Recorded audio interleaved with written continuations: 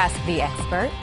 Charitable giving is at an all-time high, with Americans giving $373 billion to charities last year. Think your donation is too small to make a difference? You're going to want to think again. The largest amount of money comes from people who give small donations. Financial planner Mike Williams from wealthwisconsin.com is joining us now, and you've got 5 ways that you can give while still sticking to a budget, because you want to balance it. Yeah, that's true. The first thing, obviously, you're going to crunch the numbers. I'll tell you what I find most successful with my clients. They're building this in throughout their budget throughout the year.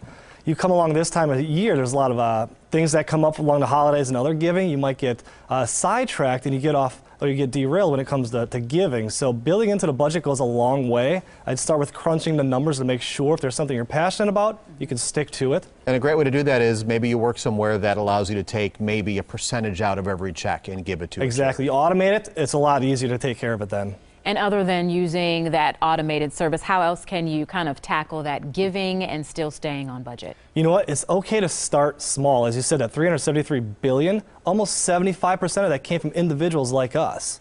So starting small, think about it. You go grocery shopping, pick up an extra canned good, and give that away at a charity you're passionate about.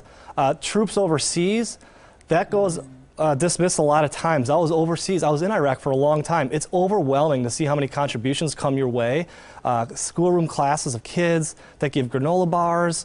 A little Christmas yeah, tree. Little lemonade packets, you name it. It's not dismissed. Folks love it, so starting small is a great way to get into it. Highly recommend doing that.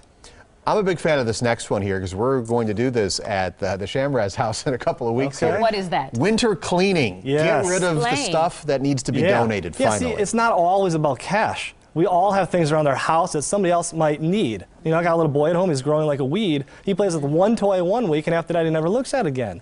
I'm sure other kids might want those toys as well. Electronics, furniture, clothes, those donations come in handy. So that's when they talk about winter cleaning.